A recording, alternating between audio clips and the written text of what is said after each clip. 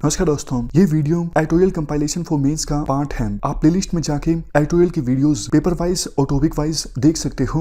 और अगर आप दिसंबर 2019 के बाद की वीडियोस को देखना चाहते हो तो वीडियो के नीचे मौजूद ज्वाइन बटन की सहायता से आप मेंबरशिप को ज्वाइन कर सकते हो। चलिए डिस्कशन स्टार्ट करते हैं। आप जीएस पेपर 2 के इस टॉपिक से आर्टिकल को रिलेट कर सकते हो। यह आर्टिकल लिखा गया है कनकमणि दीक्षित के द्वारा। कनकमणि दीक्षित ये नेपाल के राइटर हैं, मतलब नेपाल के जर्नलिस्ट हैं और लिखते हैं। शुरुआत में इनके द्वारा कहा जाता है कोविड-19 की महामारी का असर साउथ एशिया पर कंपैरेटिवली कम हुआ है। लेकिन देखो, साउथ एशियन कंट्रीज ने अपने अपने देशों में जो लॉकडाउन लगाया है ना, इसकी वजह से साउथ एशियन कंट्रीज की जनता पर काफी बुरा असर पड़ा है। क्योंकि साउथ एशियन कंट्रीज की जनता काफ़ी गरीब है, मतलब गरीबी काफ़ी ज़्यादा है, डेंसिटी काफ़ी ज़्यादा है। तो इससे होगा क्या, पिछले काफ़ी सारे सालों में साउथ एशियन कंट्रीज ने जो प्रयास किए थे गरीबी मिटाने में, वो प्रयास एक प्रकार से आप कह सकते हो व्यर्थ में चले जाएंगे, क्योंकि गरीबी बढ़ जाएगी लॉकडाउन की वजह से जो रिसेशन आएगा। हो क्या रहा है, महामारी की सिचुएशन में और लॉकडाउन की सिचुएशन में साउथ एशियन कंट्रीज में सेंट्रलाइजेशन देखने को मिल रहा है पावर्स का। जैसे एग्जांपल्स दिए जाते हैं, श्रीलंका में वहां के राष्ट्रपति गोटाबाया राजपक्षे ने कोविड-19 का फायदा उठाते हुए कुछ वार क्रिमिनल्स को माफी दे दी, जबकि वो वार क्रिमिनल्स तमिल माइनॉरिटीज के ऊपर अत्याचार के दोषी थे। पाकिस्तान में भी पाकिस्तान की जो आर्मी है वो पाकिस्तान के प्रधानमंत्री की पोजीशन को कमजोर करने का काम कर रही है और इंपॉर्टेंट पोजीशंस पर आर्मी ऑफिशियल्स को अपॉइंट किया जा रहा है और बहाना बनाया जा रहा है कोविड-19 का। केपी शर्मा ओली ये नेपाल के प्रधानमंत्री हैं, इन्होंने भी मिलिट्री के साथ एंगेज किया कुछ कोविड-19 के टास्क को कैरी आउट करने के लिए। और नेपाल में इवन विपक्ष ने भी सरकार को टॉपल करने की कोशिश की कोविड-19 का फायदा उठाते हुए। बांग्लादेश में शेख हसीना का रूल है फिलहाल यहाँ पे, और उनका रूल और ज़्यादा स्ट्रोंग हो गया है। विपक्ष तो जैसे ख़त्म सा हो गया है बांग्लादेश में। बात करें इंडिया की, इंडिया में सेंट्रलाइजेशन और ज़्यादा हुआ है, मतलब केंद्र के पास, सेंट्रल गवर्नमेंट के पास और ज़्यादा पावर्स आई हैं इस कोविड-19 की सिचुएशन में। वैसे देखो, इंडिया के संदर्भ में और भी काफ़ी सारी बातें बोली जाती हैं कनकमणि दीक्षित के द्वारा, जैसे सिटीजनशिप अमेंडमेंट, एनआरसी, वो सब हम काफ़ी बार डिस्कस कर चुके हैं। और ये इश्यूज काफ़ी ज़्यादा एज सच कंट्रोवर्शियल हैं, मतलब यूपीएससी इन इश्यूज पर कोई क्वेश्चन पूछे कि डायरेक्टली, इसकी संभावना बहुत कम है। इसी प्रकार की और भी काफ़ी कंट्रोवर्शियल बातें इनके द्वारा इंडिया के संदर्भ में बोली जाती हैं। उन इश्यूज पर अलग अलग लोगों का स्टैंड अलग अलग होगा, तो वो एग्जाम पर्सपेक्टिव से हमारे लिए किसी काम की नहीं है। जो बातें काम की हैं, जिनको हम इस्तेमाल कर सकते हैं आंसर्स में, वो हम देख लेते हैं। कनकमणि दीक्षित ये बोलते हैं, वैसे देखो ट्रेडिशनली वर्ल्ड में इंडिया को जाना जाता है इंडिया की सॉफ्ट पावर के लिए। सॉफ्ट पावर का मतलब ये होता है जब हम किसी के डिसीजन को चेंज कर देते हैं अट्रैक्शन की सहायता से। मैं आपको सिंपल एग्जांपल देता हूं। देखो, आपका कोई पसंदीदा एक्टर या फिर एक्ट्रेस है जो ऐड करता है क्लोजअप की।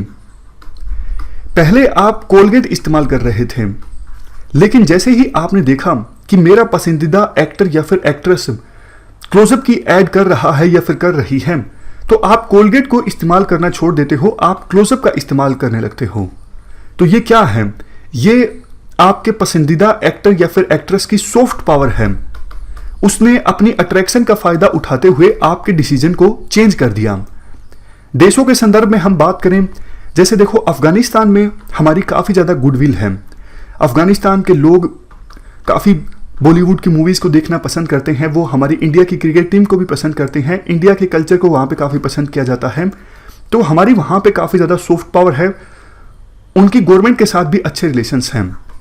तो इसका फ़ायदा उठाते हुए हम अपनी बात अफगानिस्तान से मनवा लेते हैं, तो ये इंडिया की सॉफ्ट पावर है। लेकिन यूएसए ने काफ़ी वहाँ पे पैसे खर्च किए हैं। यूएसए धमकी दे देता है अफगानिस्तान को, आप हमारी बात मानिए, अदरवाइज हम हमारी मिलिट्री भेज देंगे अफगानिस्तान में, या फिर हम आप पे सैंक्शंस लगा देंगे, ये हार्ड पावर है। तो ट्रेडिशनली इंडिया को जाना जाता है सॉफ्ट पावर के लिए, हार्ड पावर के लिए इंडिया को नहीं जाना जाता है। लेकिन पिछले कुछ समय से इंडिया कोशिश कर रहा है हार्ड पावर बनने की। जैसे आपने भी देखा होगा, हमारे देश में कुछ लोग मांग करते हैं कि इजराइल जैसे सर्जिकल स्ट्राइक करता है, हमें भी समय समय पर सर्जिकल स्ट्राइक करते रहना चाहिए, पाकिस्तान को सबक सिखाना चाहिए। कुछ लोग तो ये भी मांग करते हैं अफगानिस्तान में हमें अपनी आर्मी को भेज देना चाहिए। तो ये एक प्रकार से क्या है, अगर इंडिया ऐसा करता है तो इंडिया अपने आप को हार्ड पावर के तौर पर रिप्रेजेंट कर रहा है। ये देखो बैकफायर कर सकता है, क्योंकि इजराइल की सिचुएशन अलग है, चाइना की सिचुएशन अलग है, और जबकि इंडिया की सिचुएशन अलग है। इंडिया को अपनी स्ट्रेंथ पर फोकस करना चाहिए, जो कि है सॉफ्ट पावर। वैसे देखो, कोई भी देश सुपर पावर जब बनता है जब उसके पास दोनों तरह की पावर्स होती हैं, soft power plus hard power. जैसे यूएसए के पास दोनों है, हॉलीवुड की मूवीज आपको पता है पूरे वर्ल्ड में चलती हैं, ये यूएसए की सॉफ्ट पावर है। और हार्ड पावर तो आपको पता ही है, इकोनॉमिक पावर, मिलिट्री पावर। सिर्फ सॉफ्ट पावर की सहायता से इंडिया सुपर पावर नहीं बन सकता है। लेकिन वही बात है ना, ये कनकमणि दीक्षित ये नेपाल के राइटर हैं, तो ये मतलब इंडिया को इस प्रकार से नहीं देखेंगे ना कि इंडिया को सुपर पावर बनना है। वो तो हम देखेंगे कि हमें इंडिया को सुपर पावर बनाना है, लीडिंग पावर बनाना है।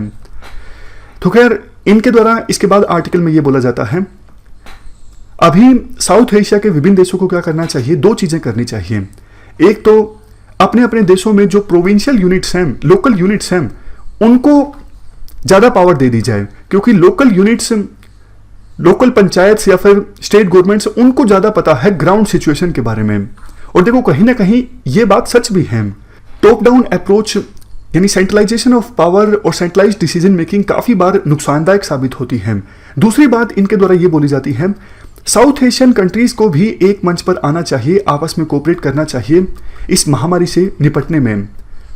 खास करके देखो, साउथ एशिया में इंडिया पाकिस्तान की राइवलरी की वजह से रीजनलिज्म का एवोल्यूशन ढंग से नहीं हुआ। इवन सार्क ऑर्गेनाइजेशन भी सफलतापूर्वक काम नहीं कर सकी इंडिया और पाकिस्तान की राइवलरी की वजह से। 1947 से पहले इस रीजन में काफी आपस में व्यापार होता था, क्योंकि ब्रिटिशर्स की कॉलोनी थे ये देश, काफी व्यापार होता था, कनेक्टिविटी भी अच्छी थी। लेकिन जैसे ही 1947 में पार्टीशन हुआ या फिर ब्रिटेन से आज़ादी मिली, उसके बाद तो जैसे इस पूरे रीजन की जो ग्रोथ है वो रुक सी गई हो, कनेक्टिविटी काफी ज्यादा प्रभावित हुई, इस रीजन का एवोल्यूशन ढंग से नहीं हो सका। तो आवश्यक ये है 1947 में जो रुक गया था उसको आगे ले जाया जाए। साउथ एशियन कंट्रीज मिलकर काम करें पब्लिक हेल्थ के इशू पर, जो स्पीसीज लुप्त हो रही हैं उनको बचाने के इशू पर, प्लास्टिक पोल्यूशन को खत्म करने के इशू पर, ग्लोबल वार्मिंग के इशू पर, इंफ्रास्ट्रक्चर की जो कमी है इस इशू पर, इन सभी इश्यूज पर साउथ एशियन कंट्रीज मिलकर काम करें। ह्यूमन मेड डिजास्टर से भी मिलकर निपटा जा सकता है, जैसे टेररिज्म। इकोनॉमीज भी साउथ एशियन कंट्रीज की काफी ज्यादा बूस्ट होगी अगर मिलकर काम करते हैं साउथ एशियन कंट्रीज। सारी बातें ठीक हैं, लेकिन बात देखो वही है ना कि डिस्कस करने में ये सारी बातें ठीक लगती हैं, लेकिन क्या पाकिस्तान की आर्मी टेररिज्म को प्रमोट करना छोड़ देगी? नहीं छोड़ेगी, क्योंकि पाकिस्तान की आर्मी का नेचर ही ऐसा है कि टेररिज्म को प्रमोट करना उसके सर्वाइवल के लिए जरूरी है। मतलब इंडिया पाकिस्तान के साथ टेंशन्स हैं, ये दिखा के ही तो पाकिस्तान की आर्मी अपनी रेलेवेंस साबित करती है पाकिस्तान में। अगर इंडिया पाकिस्तान के बीच टेंशन्स नहीं होंगी तो फिर पाकिस्तान की आर्मी को वहां पे ज्यादा पूछेंगे नहीं लोग, और ये पाकिस्तान की आर्मी नहीं चाहती। इसीलिए पाकिस्तान की आर्मी चाहती ही नहीं कि इंडिया और पाकिस्तान के बीच शांति हो। आपने देखा किस प्रकार से 2015 में जब प्रधानमंत्री मोदी गए थे पाकिस्तान की यात्रा पर, हालांकि देखो पॉलिटिक्स में क्रिटिसिज्म हो जाता है कि वो प्रधानमंत्री मोदी का सही डिसीजन नहीं था, लेकिन वो डिप्लोमेटिक ढंग से डिस्कस करें तो बहुत ही बहादुरी वाला डिसीजन था। उन्होंने एक बहुत अच्छी कोशिश की थी पाकिस्तान के साथ रिलेशंस इंप्रूव करने की। लेकिन उसके बाद क्या हुआ, 2016 में पठानकोट में अटैक हुआ, फिर उसके बाद उरी अटैक हुआ, तो फिर इंडिया चुप नहीं बैठ सकता ना। इंडिया भी डेमोक्रेटिक कंट्री है, इंडिया को जवाब देना पड़ता है कि आप तो पाकिस्तान के साथ रिलेशंस इंप्रूव करने की कोशिश कर रहे हो और बदले में आपको क्या मिल रहा है, टेररिस्ट अटैक्स। ये जवाब सरकार को देने पड़ते हैं। तो कहने का मतलब यही है कि आने वाले भी कुछ सालों में पाकिस्तान की जो आर्मी है वो सुधर जाएगी, ऐसा होगा कि हाँ अब तो हमारी आंखें खुल गई हैं, अब तो शांति स्टैब्लिश हो, हम ऐसा चाहते हैं, इसकी संभावना कम ही दिखती है। वो इंडिया के साथ जानबूझ के टेंशन्स क्रिएट करते रहेंगे ताकि पाकिस्तान में अपनी रेलेवेंस बनाए रखें, पाकिस्तान के लोगों की इज्जत हासिल कर सकें। तो ये हमने पूरा आर्टिकल डिस्कस किया। चलते हैं आगे। नेक्स्ट आर्टिकल वैक्सीन डेवलपमेंट से संबंधित है। आप जीएस पेपर 2 के इस टॉपिक से आर्टिकल को रिलेट कर सकते हो। देखो, अभी दुनिया भर की बायोटेक कंपनीज में कंपटीशन चल रहा है कोविड-19 की वैक्सीन डेवलप करने में, और इंडिया में जो सीरम इंस्टीट्यूट ऑफ इंडिया है ये वर्ल्ड का लार्जेस्ट वैक्सीन मेकर है। इंडिया, जैसा आपको पता है, जेनरिक मेडिसिन की मैन्युफैक्चरिंग का हब इंडिया को माना जाता है, और खास करके अफ्रीकन कंट्रीज़ में, लैटिन अमेरिकन कंट्रीज़ में इंडिया जेनरिक मेडिसिन का बहुत ज़्यादा एक्सपोर्ट करता है। अगर इंडिया में ये कंपनीज काम करना बंद कर दें तो अफ्रीकन कंट्रीज़ को, लैटिन अमेरिकन कंट्रीज़ को बहुत ज़्यादा नुकसान होगा। और देखो, मतलब ये नहीं कि इंडिया सिर्फ यहीं पर एक्सपोर्ट करता है जेनरिक मेडिसिन का, यहाँ पर ज़्यादा करता है। मतलब अफ्रीकन कंट्रीज़ तो बहुत ज़्यादा डिपेंडेंट है इंडिया की जेनरिक मेडिसिन के ऊपर। वैसे हम जेनरिक मेडिसिन को यूरोपियन कंट्रीज़ में भी भेजते हैं, जापान में भी भेजते हैं, इवन यूएसए में भी एक्सपोर्ट करते हैं। अभी अगर हम बात करें कि कौन कौन प्रयास कर रहा है कोविड-19 की वैक्सीन डेवलप करने में, वैसे तो देखो 100 से ज़्यादा कंपनीज प्रयास कर रही हैं कि कोविड-19 के लिए वैक्सीन डेवलप की जाए, लेकिन 5 से लेके 10 कंटेंडर्स जो हैं वो रेस में काफ़ी आगे हैं। मतलब 5 तो ऐसी कंपनीज हैं जिन्होंने ह्यूमन ट्रायल्स स्टार्ट कर दिए हैं, और इन 5 में से सबसे आगे हैं ऑक्सफोर्ड यूनिवर्सिटी। ऑक्सफोर्ड यूनिवर्सिटी का कहना है कि सितंबर या फिर अक्टूबर तक हम कोविड-19 की वैक्सीन मार्केट में ला सकते हैं। और अभी इन्होंने क्या किया, इन्होंने हमारे सीरम इंस्टीट्यूट ऑफ इंडिया के साथ एक टाई अप भी किया कि अगर ह्यूमन ट्रायल्स सक्सेसफुल हो जाते हैं तो आप बड़े स्केल पर कोविड-19 के लिए वैक्सीन को डेवलप कीजिएगा हमारे लिए। तो सीरम इंस्टीट्यूट ऑफ इंडिया ने कहा है हम तैयार हैं। इंडिया में देखो प्रोडक्शन कैपेसिटी काफ़ी ज़्यादा है। सीरम इंस्टीट्यूट ऑफ इंडिया ने यह भी कहा कि अगर ह्यूमन ट्रायल्स सक्सेसफुल हो जाते हैं तो हम कोरोना वायरस की मेडिसिन को बेचेंगे, ड्रग को बेचेंगे 1000 रुपये के आसपास। मतलब 1000 रुपये आपको ज़्यादा लगेंगे देखो, लेकिन जो वेस्टर्न कंट्रीज़ की कंपनीज हैं वो तो काफ़ी मेडिसिन को, ड्रग को बहुत बहुत महंगे दामों पर बेचते हैं, 10-10 हज़ार, 20-20 हज़ार। तो उस लिहाज से देखें तो 1000 रुपये काफ़ी कम है। एक और एग्जांपल दिया जाता है, जैसे सीरम इंस्टीट्यूट ऑफ इंडिया जितनी वैक्सीन या फिर ड्रग डोजेज मैन्युफैक्चर करता है 80% अपनी प्रोडक्शन का एक्सपोर्ट करता है। इवन यूएसए का भी कहना है हम इंडिया के साथ मिलकर काम कर रहे हैं ताकि पहले से प्रोडक्शन कैपेसिटी को बूस्ट किया जा सके, ताकि जैसे ही ड्रग डेवलप हो, वैक्सीन डेवलप हो, उसके बाद ऐसा ना हो कि इतनी तो कैपेसिटी नहीं है, इतने बड़े स्केल पर कैसे ड्रग डोजेज मैन्युफैक्चर की जाए। उसके लिए पहले से ही तैयार अगर होती हैं कुछ कंपनीज तो अच्छा है। समझ गए, जैसे पहले हमने आर्टिकल्स डिस्कस किए थे, कुछ राइटर कहते थे अगर ड्रग डेवलपमेंट हो भी गई तो बड़े स्केल पे उसे मैन्युफैक्चर करने की चुनौती होगी। अगर पहले से ही विभिन्न कंपनीज तैयार होंगी तो फिर ये चुनौती नहीं होगी। पहले से ही अगर प्रोडक्शन कैपेसिटी कुछ कंपनीज की बूस्ट होगी तो फिर ये चुनौती नहीं होगी। तो इसी दिशा में ऑक्सफोर्ड यूनिवर्सिटी ने हमारे सीरम इंस्टीट्यूट ऑफ इंडिया के साथ टाई अप किया है। और देखो, सबसे अच्छी बात पता है क्या है, दुनिया के किसी भी हिस्से में ड्रग डेवलप होती है तो इंडिया को कम से कम ये डर नहीं रहेगा कि पता नहीं यार हमें ड्रग कब मिलेगी।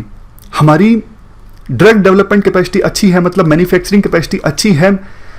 पेटेंट एक्ट 2005 में प्रोविजन भी है कि महामारी की सिचुएशन में आप किसी कंपनी को कंपल्सरी लाइसेंस दे सकते हो। तो अगर यूएसए में या फिर यूके में ड्रग डेवलपमेंट हो जाती है तो सरकार हमारे देश की किसी कंपनी को बोल सकती है कि भैया आप पेटेंट भूल जाओ, हम आपको लाइसेंस देते हैं, आप ये ड्रग मैन्युफैक्चर करना स्टार्ट कर दो इंडिया में, हमारी मैन्युफैक्चरिंग कैपेसिटी अच्छी है तो हम काम चला लेंगे। ये अच्छी बात है। तो ये हमने पूरा आर्टिकल डिस्कस किया। इस डिस्कशन में फिलहाल इतना ही है। Thank you very much for discussion.